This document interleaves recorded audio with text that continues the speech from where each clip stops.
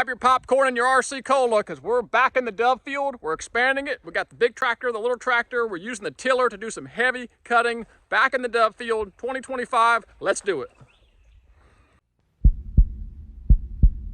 I've got some farm help today. I've been having me some new buddies.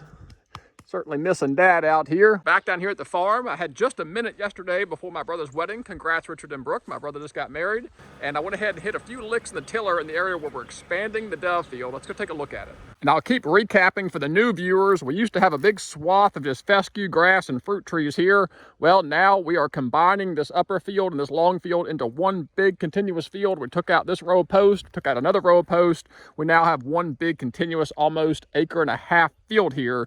Well, this ground had not been cut in years. So I came in here with the tiller, and instead of spraying it and mowing it and going all that extra effort, I just went straight to tilling it, and well, it actually did really well. It cut right through that heavy, deep fescue, no problem at all. Just in one day, that fescue has died out, turned up some nice, loose, friable soil here.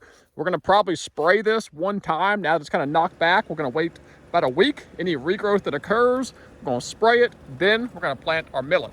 Historically, we've done a lot of work using a turn plow and then a disc and then seeding and then cultipacking, and that works just fine. Dad invested in that 6-foot tiller, and man, that thing is a beast. It took what was just the thickest, greenest fescue, and it turned it into absolute friable planting, perfect planting seedbed here.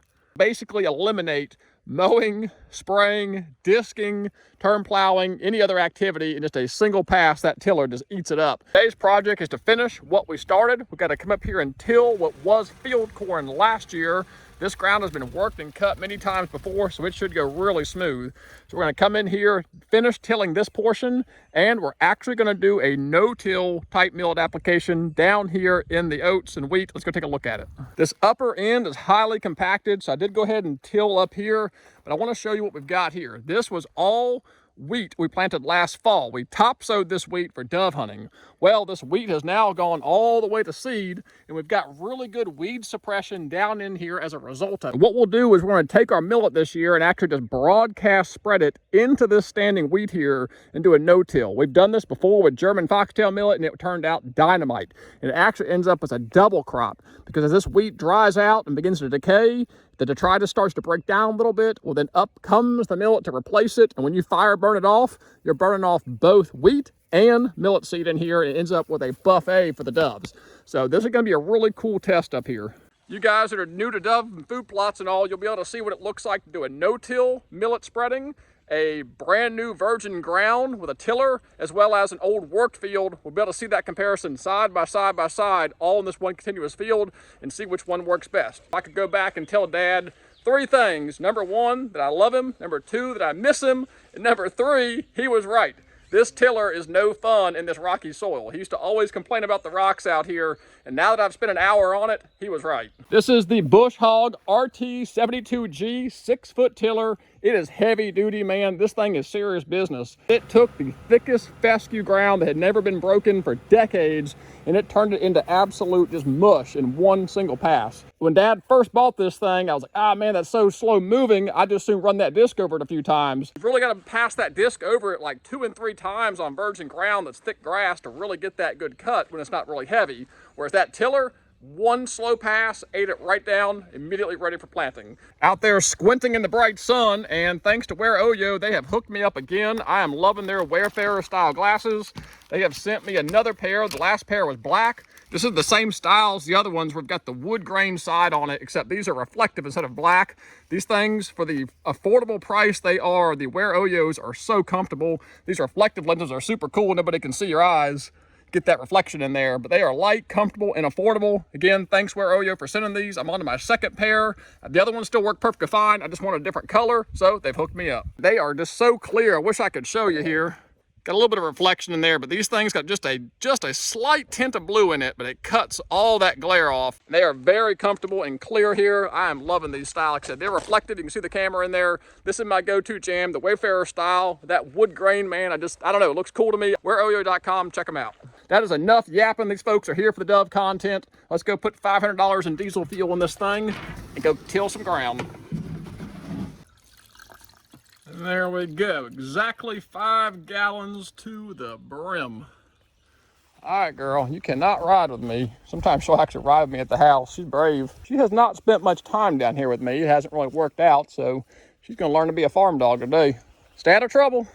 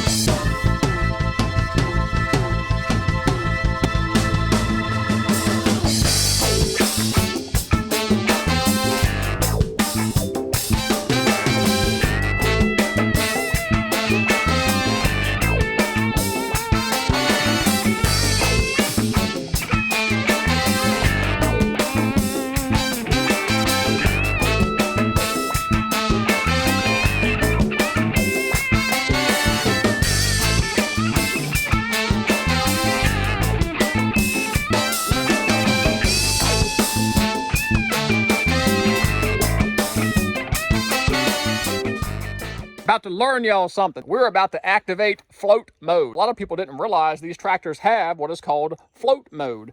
So these don't have hydraulic pressure down, so the arms do kind of come up, and it takes a little bit of up force to actually make them kind of bounce around.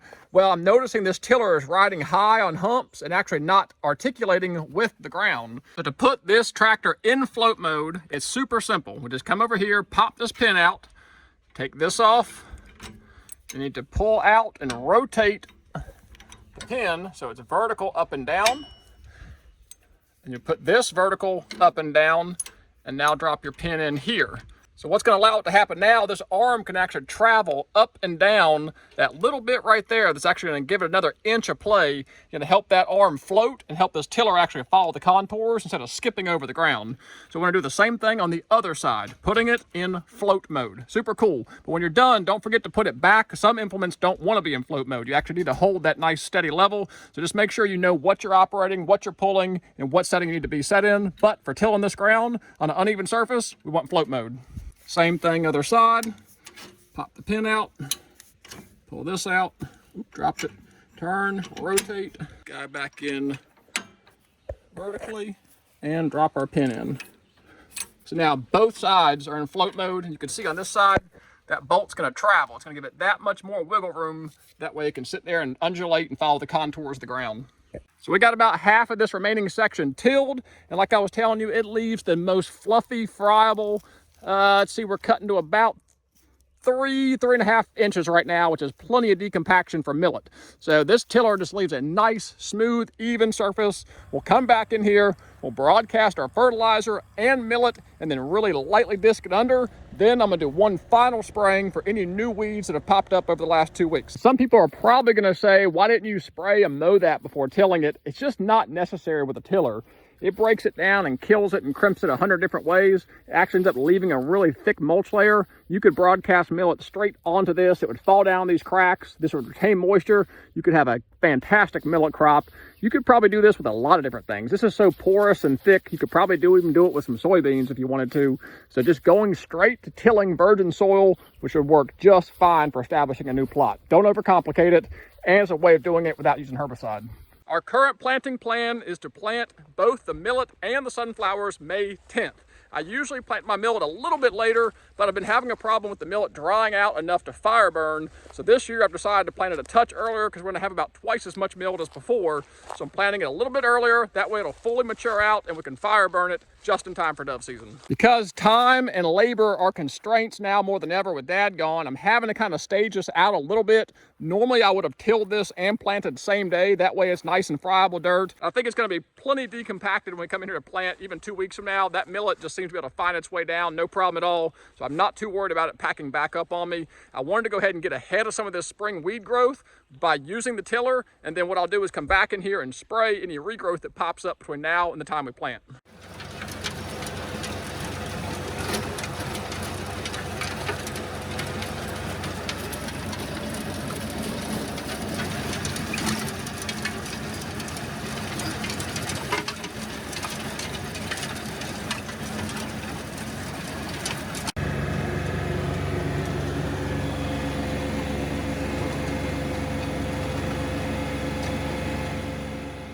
And an hour and 2 minutes on the dot. That was to till a little over 3/4 of an acre, exactly an hour. So the tiller is much slower moving, but if you accounted for the time to come in here, if you want to spray it, you want to mow it, then you want to disc it, you wouldn't even be left with this fine seed bed here. You still wouldn't be quite ready yet. So yes, it takes a little bit longer than that initial pass, but one pass and you are done. Like I was saying earlier, in a perfect world, you would till, plant same day. Well, it's nice and friable, really loose, but time is not a luxury. So kind of having to phase it out a little bit, but it still worked just fine. That millet's very resilient. Putting that tiller in float mode was much, much better. Before it was missing these spots entirely, and now you can see that tiller beveled down in there just a little bit. That way I didn't miss any areas. So that's your tractor tip of the day. Make sure you put those arms in float mode when you're trying to accomplish something like this, especially on uneven terrain. This ground is prepped and ready for seeding. We'll seed it, fertilize it, and then any new growth that pops back up, we will do a one-time glyphosate application at the time of planting. And that should take care of most of the weeds and allow that millet to flush on up. Like I was saying earlier, Dad always talked about the rocks in the field, and anytime I would hit them, it would give that tiller a fit. It's heavy duty, but it just does not like the rocks. I still need to come down here and do a little bit more tilling. The bees are super active today, and they are flying flight paths out there like crazy. I don't want to get stung, so I'm holding off until a little bit later when the bees go to bed. Come on, girl. She's done such a good job. She's laid up on top of that tonneau cover, just patiently waiting. She's turning into a good little dog. I'm just over the top impressed with this food plot. If you recall, we just overseeded it because it was too wet to cut with a disc and then tracked it in. I'm telling you people, don't overcomplicate your fall food plots. If you've got exposed bare soil at all, you can just broadcast most all fall crops into it. This has got wheat, rye grain, crimson clover, there were turnips in here, just broadcasted it and then ran the tractor back and forth. You could do the same with an ATV or heck, even a lawnmower. Don't overcomplicate your fall food plots. You can get an awesome stand. I mean, you've got 2 foot tall crimson clover in here. You can get an awesome stand by just broadcasting it and tracking it in. The next video is going to be an exciting one. I don't want to give it away quite yet, but we will be coming in here. We're going to do a herbicide burn down using glyphosate to burn off this entire field, but we're not going to be tilling or cutting any dirt. Why is that? Well, we may have a little something out here at the farm, but you're going to have to wait till next video to find out what that is. I really appreciate you guys joining me for this one as we prep this field for millet planting and giving you a sneak preview as to what's coming up this year for dove farming. And until that next video, really appreciate you guys watching. God bless. Take care.